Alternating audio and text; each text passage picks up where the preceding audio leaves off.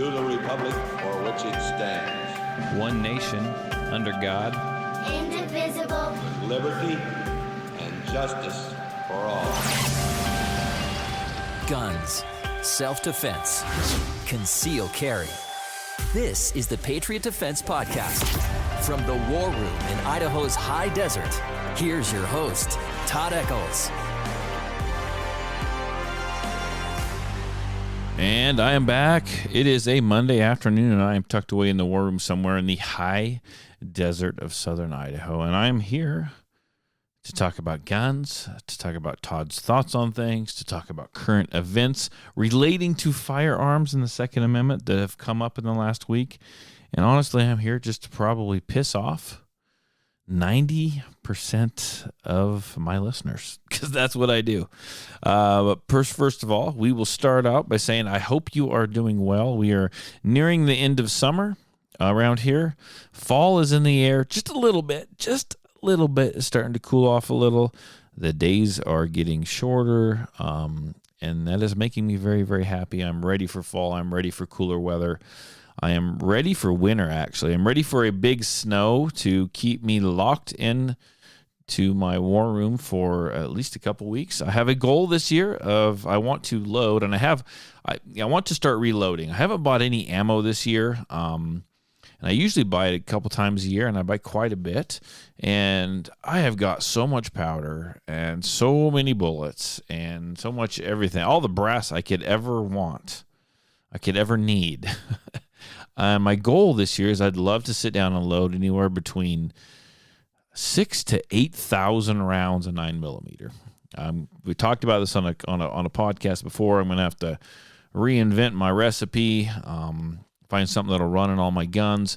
But yeah, I want to cast and load 6,000 to 8,000 or 6,000 to 8,000 rounds this year. That's what I'd like to do. I need to start burning through some of my store-bought ammo. I like to kind of keep the older stuff up front, use it, and put newer stuff.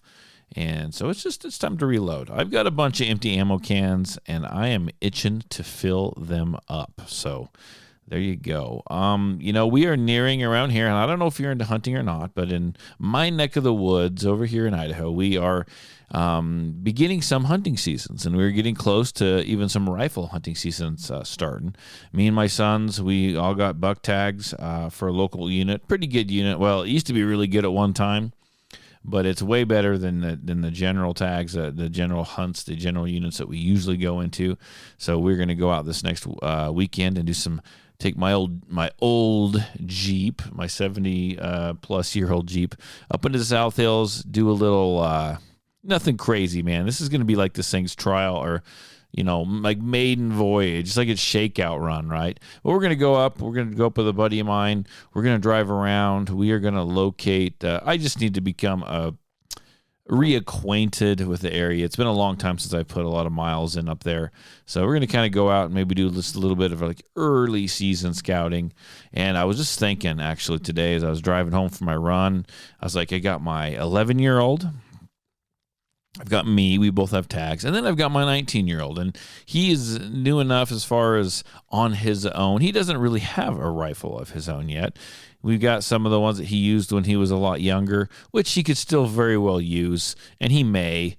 I'm not a big rifle guy, so I just kind of have my basic rifles, and most of my rifles are set up for kids. They're set up for youth.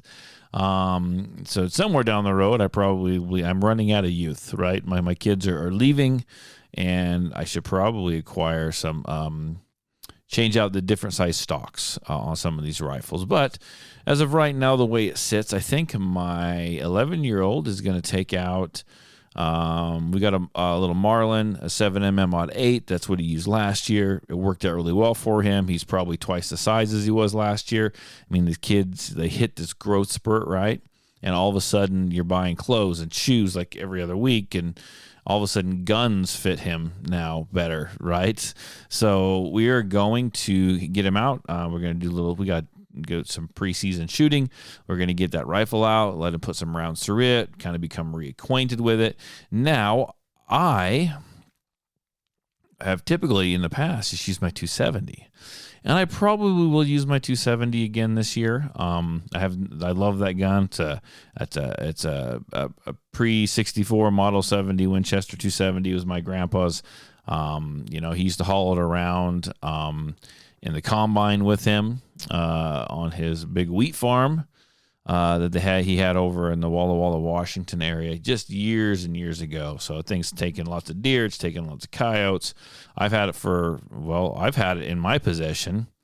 It's kind of wild to think that I've had that rifle. I've been hunting for about 30 years. So I've had that rifle in my possession now since I started hunting. So about as long as I've been married, for 30 years, probably maybe more like 31 or 32 probably. So this rifle's, it's seen some things.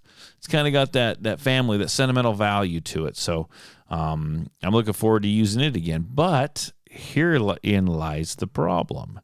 Is I have my 19-year-old son, right? And his rifle, when he was a lot younger and a lot smaller, was a little 243. And he would shoot that rifle. That is, it's got a youth stock on it, youth size stock on it. And, he probably wants a little something different, right? A little something bigger. And even the 7mm Mod 8 is a youth stock. So I am thinking about if we all go together, which we probably will. I would imagine he's going to, mooch the fuel off me as much as he can, and that's fine.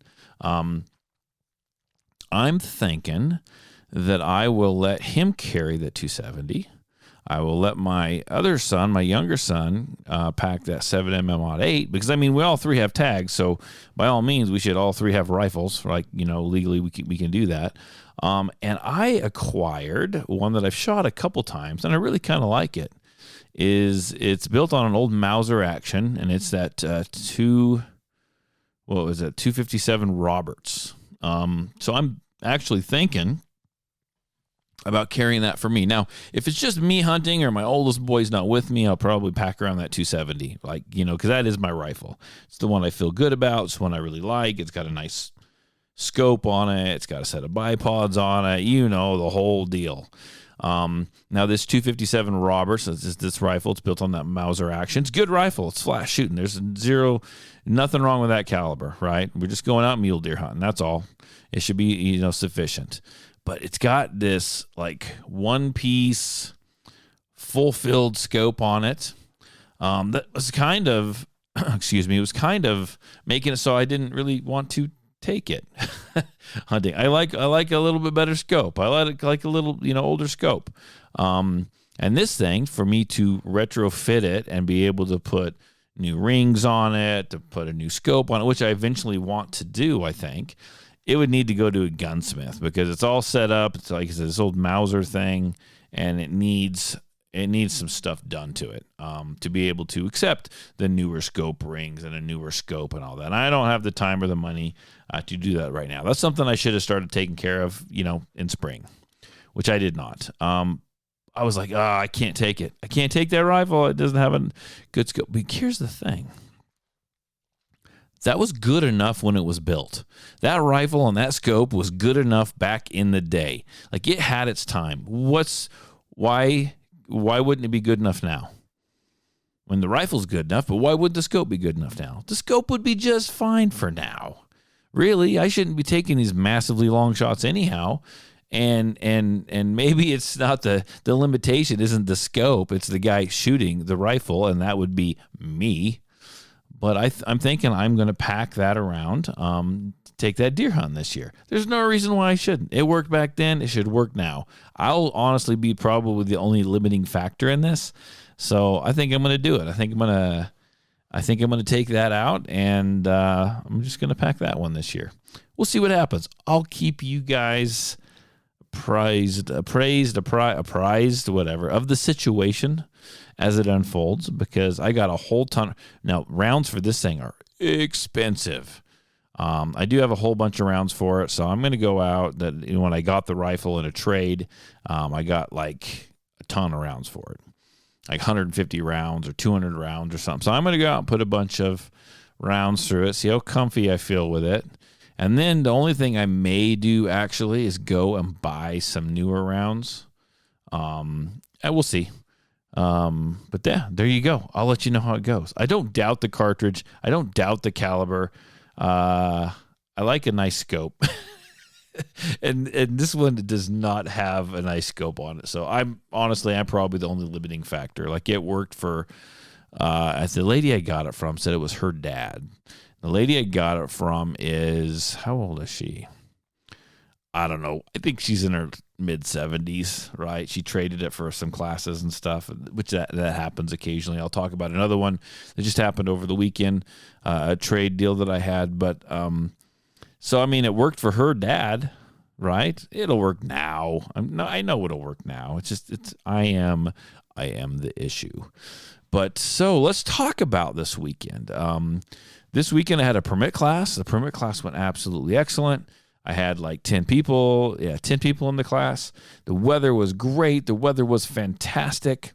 And it was a normal permit class. Normal in the fact that I think I'm going to have to start changing my permit classes around. Not the content necessarily, but I normally do the shooting portion the classroom portion in the morning, the shooting portion in the afternoon.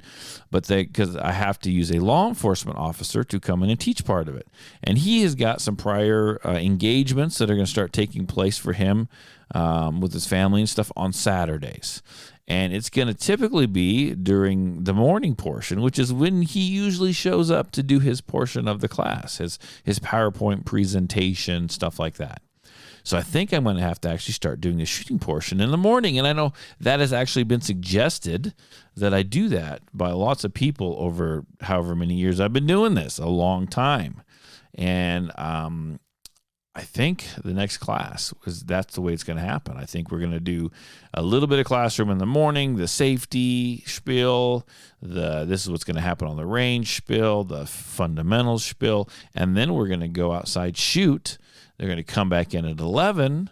I'm going to send them to lunch around 11, or at least that's what I'm going to shoot for. And they'll come back, and when they get back, then we will do the rest of the classroom portion. So kind of switching it up. We'll see how that works.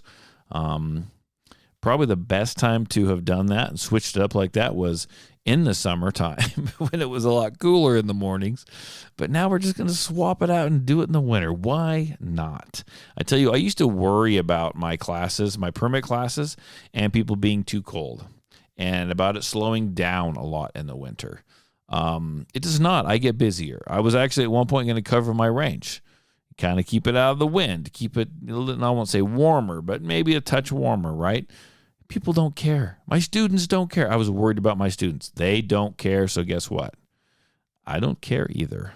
That's just the way it's going to work out. So I'll let you guys know how that new schedule works out. It's a change, and I don't necessarily like a lot of change. If it works, why break it? And why try and fix it? And why switch it up? Well, 'tis my life. That's what I get to do now. So we will see what happens. I also had another class over the weekend. Actually, I had a young man show up with his dad. His dad, unfortunately, was involved in a motorcycle accident. He's okay. He's just kind of banged up, and he's healing. And his son has a brand new rifle. I believe it was a Ruger American chambered in .308. And he had got a new scope mounted on it, and his dad was really bummed because he wanted to get his boy all set up on this. It was going to be his first year deer hunting, and he was unable to. Right now, he's just striving to heal up enough to be able to take his kid out hunting for the first time. So they got a hold of me. They came out, and I helped them dial that rifle scope in. We went over the pointers and the how-tos and the how not to and all this stuff on the rifle. His boy fired a box of shells through that. Kind of got it somewhat dialed in and pretty good. His son just needs to get some more rounds, some more trigger time, some more rounds downrange to feel a little comfortable with it. I don't feel bad for the kid, but his little shoulder was kind of getting a little beat up. So, I kind of wonder how today went when he woke up. I bet you his right shoulder was a little sore and maybe a smidge bruised. But I like it I like to do classes like that, and especially when it comes to hunting. At one point, hunting was this huge passion of mine. hunting all the time. I'd deer hunt all the time. Even if I wasn't deer hunting and I'd shot my deer, I was going out with people that were looking for their deer. I'd go out, I'd try to hunt bear. I'd go out and hunt coyotes whenever I could. During waterfowl season, I was, waterfowl hunting 5, 6, 7 days a week sometimes. I mean, we're talking, my buddy would go out, set up the blind during the weekday. I would leave work as early as I possibly could, if I could, and I'd just head straight out to where we were hunting, and I was hunting 6, 7 days a week. Like, that was my life.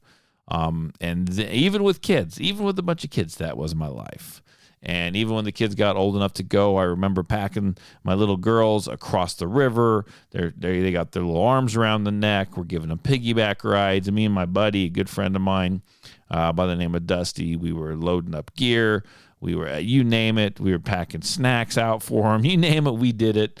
And that was a big part of my life. And then I got a little older, got a little more responsibilities. Started a business, got a little busy. So I've slowed down in the hunting department and realize now that I have an 11-year-old who needs to get out and go hunting, who wants to go out and go hunting.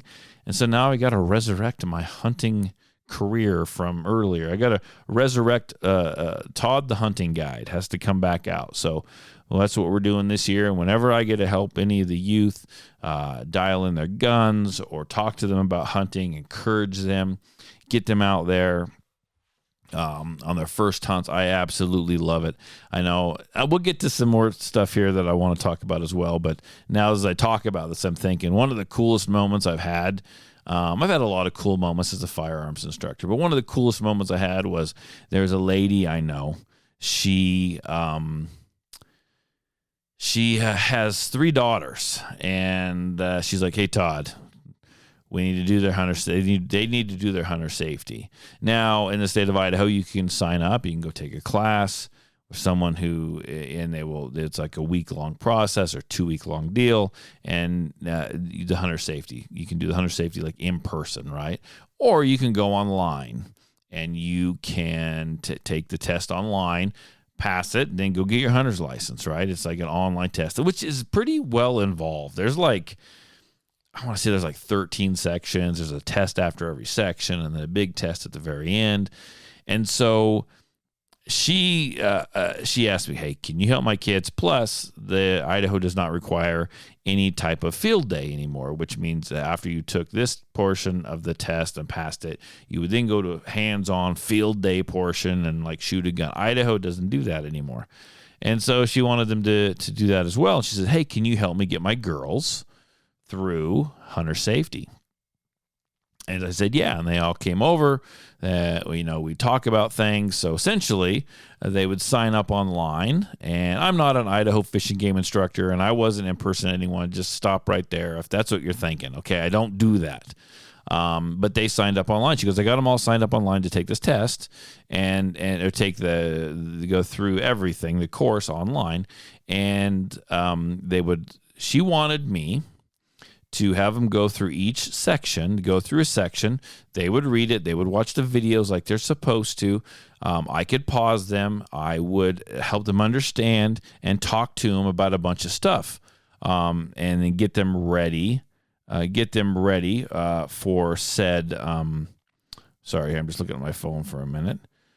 Get them ready for said test at the end of each section. And so that's what I did, and it was fun. And I had these three girls in here. They're all sisters, and we had a great time. Got them through all that stuff, and they were able to pass their test. And then we spent some time on the range. They were able to get their concealed carry permit. No, they were able to get their hunter's safety card, their hunter safety permit, and get their license and go hunting. And one of the coolest things was getting a picture of the first animals that they shot. And I got them for like a couple years in a row. Hey, she went out, she got this deer, and it was a nice buck, probably nicer than anything I'd ever shot. I was kind of jealous, but I tell you what, it made me happy. It made me proud, man. Here's this kid that I helped through their hunter safety. Helped teach him, helped them.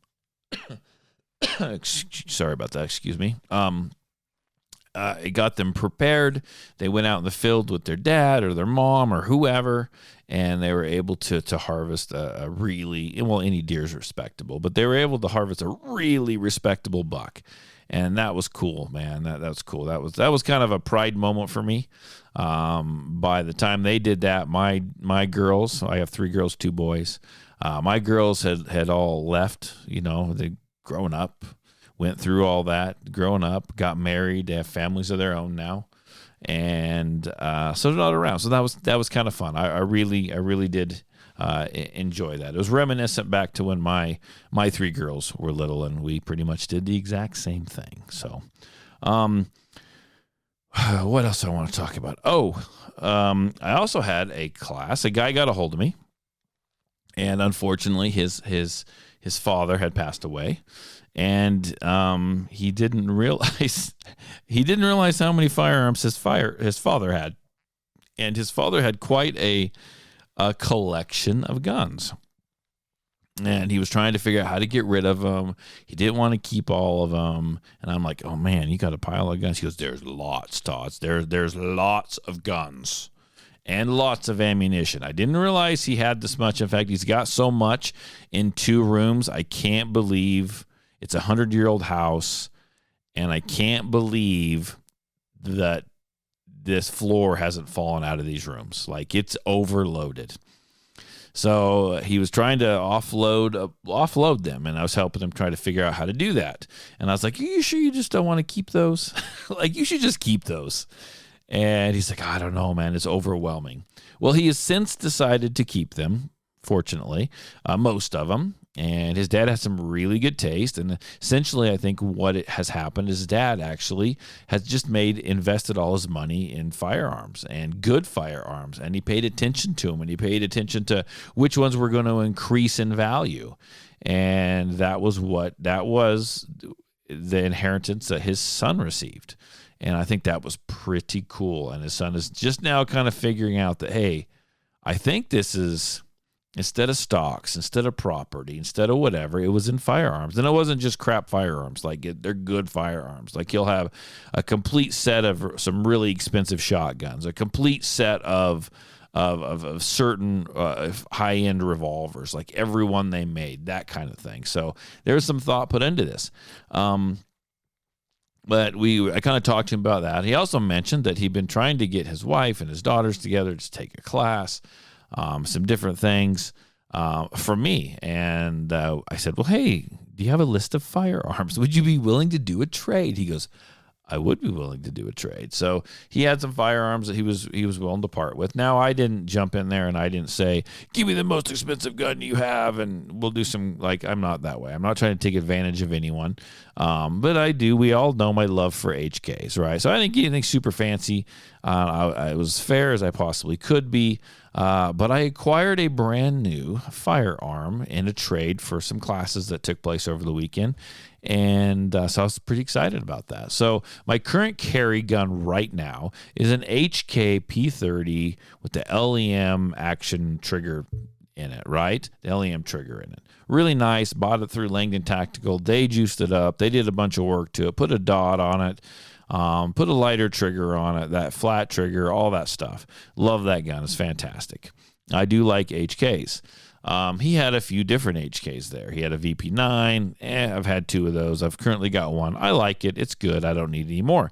But he also had a couple of P30s. One being the P30 SK, which I was originally going to get, which is too small for my hands. It just didn't feel great.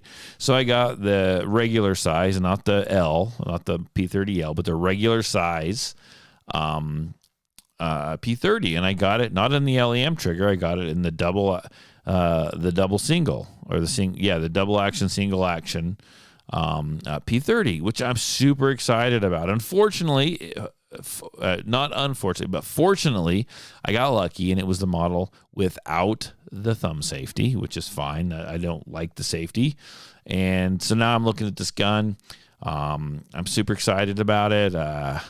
And I got to figure out what I want to do with it. Do I want to send it to Langdon or someone else? Do I want to get the slide cut and put a dot on it? I think I do. I think I want to throw an EPS carry on this thing. Little enclosed Holosun EPS carry would be pretty bitching on top of this little gun.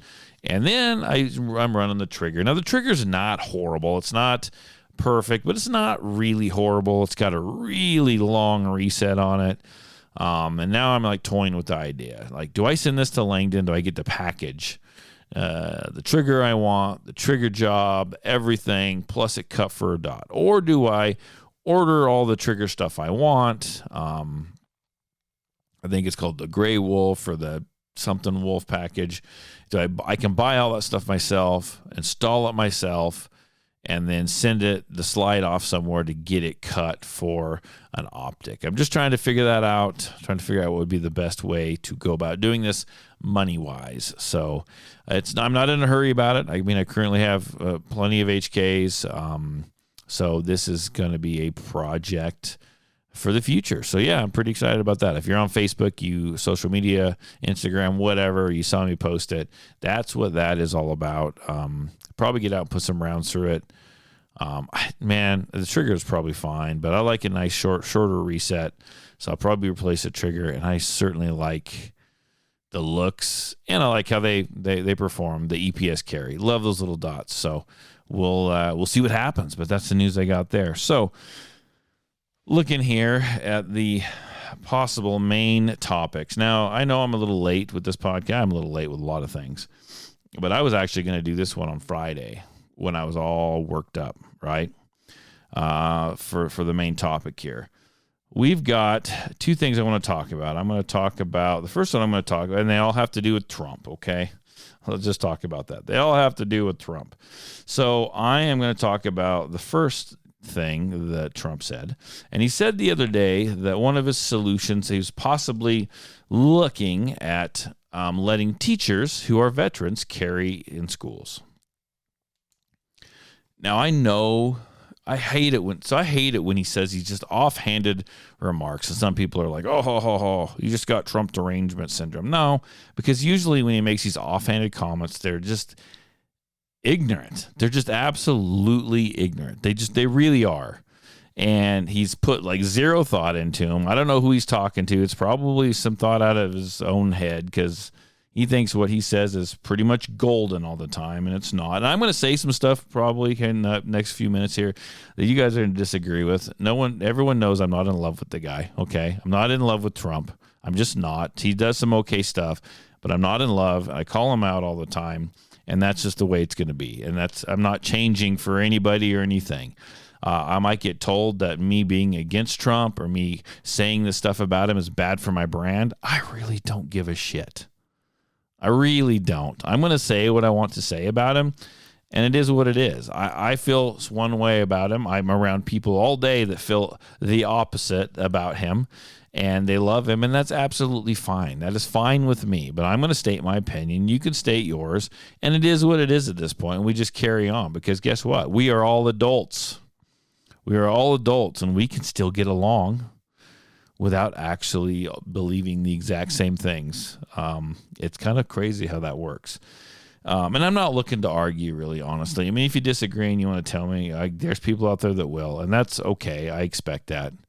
I'm not going to argue with you, though. I'm going to let you say what you want to say, and I'm either going to leave your comment up or ignore it, or if it really just kind of irritates me, I'll just delete it because that's what I do. Because they're my pages, and I can deal with them however I want to deal with them. So, but very rarely will you see me actually argue with anyone about it. So let's talk about this. Arming vets. So if a teacher is a vet, we should arm them. I'm going to tell you right now that is a crappy idea. That is a horrible idea. That was an ignorant thing to say about something he knows nothing about. Now, the general public... and I'm not anti-military or anti-veterans either, but it's going to sound like I am. So the general public goes, that's a pretty good idea. We should arm vets. Have you heard that before? Have you heard that? We should arm retired vets and arm them up and stick them in the schools to protect the schools. Have you heard that? Yeah, I've heard that before, and I've also talked about this before. But now we're taking it to the next step. Let's arm teachers who are veterans and have a job as a teacher. Let's do that. That's bullshit. Like, that's a bad idea. I'm not saying all veterans are bad with firearms, because they're not. There's a lot of veterans that have some mental issues, some PTSD, stuff like that, that probably shouldn't be around kids with a firearm. Giving them the job where they carry a handgun is probably not a good idea, right? They're just that's one thing to look at. And just because someone is a veteran doesn't mean that they're good with a gun. It doesn't mean that they're good with that handgun. And I posted about this on my social media page, Facebook, and I had a ton of people to say, I'm a veteran. I'm retired military. I agree with you 110%. We shouldn't do that. Just because you're a veteran, just because you were in the military, doesn't make you good with firearms. And then I'm going to go out on the limb, and because I've said this before too, just because you're law enforcement doesn't mean you're good with firearms. I've had retired law enforcement officers come here that were just freshly retired, and they wanted to carry a gun, and they have to take a qualification to do so. And I was allowed to do that qualification, right? These guys had been in law enforcement for like 30 years or more, and they come to do their qualification, and I had to fail them. I had to fail them because they couldn't get they got their gun out of the holster. They were literally standing we're like 7 feet from the target, right? And they have to, I don't have a copy of it in front of me anymore. They had a ton of time. It was seconds, but it was a ton of time to draw the gun and put one round in one spot on that target. And it was big. Like it could have my 11-year-old could probably do it, right? They drew the gun and shot below the target and hit the dirt in front of the target. Like it was pretty wild. So I'm just stating that not all law enforcement and not all military are gun people. Veterans are gun people. They just aren't. I'm going to tell you right now that in my permit classes, whenever someone tells me they're a military veteran, I'll nod and say, well, thank you. I appreciate that.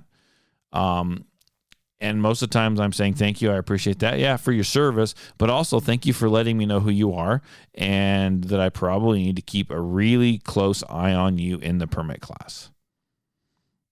Because that's the honest truth, people. It is the honest truth. Letting teachers who are vets. Now, I think we need to not do that. We need to not be so narrow. I think that if teachers want to carry in school, that should be allowed. Yes. It should not be forced. It should be allowed if they want to, but then there is criteria and training and qualifications that should come with it. And we're talking like work with law enforcement. We need to have the sword and the shield talk and the hunter and the offense and defense. And you're not a hunter and you're still there. You're a defender to defend the kids. That kind of stuff. There's a whole list of stuff that would take me 45 minutes to go over that needs to be put in place for that. I'm not against people carrying in schools. I am not against teachers carrying in schools, but it needs to be done with certain criteria. And just saying that someone's a veteran and they're a teacher, so they should be able to carry a gun is just asinine and ignorant, and I won't say I can't believe he said it, but I can believe he said that because that's what he does. Okay, now, if that didn't piss you off, this next thing might, and not piss you off because of what was said, but piss you off because of my thoughts on it. I've heard a couple things. There's been a ton of articles on this, and I've kind of poked around. Sorry, allergies again today, of course. That's my life. I've read that Donald Trump said it and kind of floated this idea, and the DOJ is floating the idea. So I don't know if it's the DOJ that decided to float this on their own, or I'm sure it was put out there by President Trump, and so they're looking into it. But you're looking into possibly saying that banning transgenders, so trans folks, from being able to buy and have firearms. Okay? And they're basing it off of a mental illness.